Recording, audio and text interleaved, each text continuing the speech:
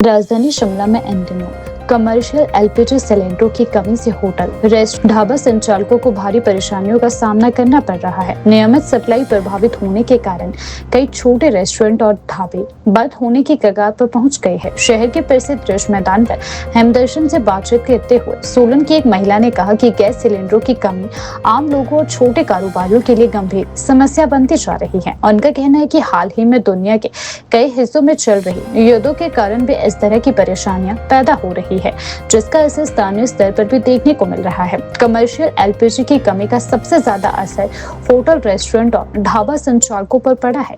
कई संचालकों का कहना है कि समय पर गैस सिलेंडर न मिलने से उन्हें अपना काम चलाने में दिक्कत हो रही है। कई जगहों पर खाना बनाने का काम भी प्रभावित होता जा रहा है और कुछ छोटे ढाबों को अस्थायी रूप से बंद भी करना पड़ रहा है। कारोबारियों का कहना है कि यदि स्थिति लंबे समय तक बनी रही तो आने वाले समय में आर्थिक संकट खड़ा हो सकता है। महिला ने बातचीत के दौरान कहा कि आज के समय में दुनिया के कई देशों के बीच तनाव और युद्ध जैसी स्थितियां बनी हुई है। उन्होंने कहा कि अंतर्राष्ट्रीय स्तर पर हो रहे संघर्षों का असर कई बार आम लोगों के जीवन पर भी पड़ता है। महिला ने कहा कि इंसान के जीवन में सबसे जरूरी चीज रोटी है।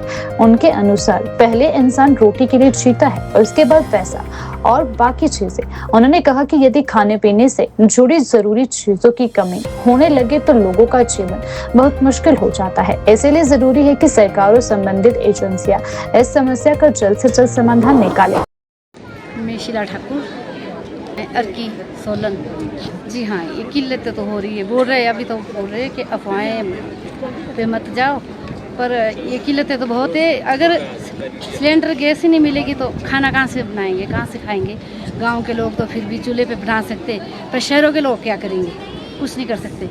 इसलिए अब पता नहीं, ये सबसे बड़ी बात तो ये जंग की है, जो जंग चली हुई है ना, उसकी वजह से ये प्रॉब्लम आ रही है।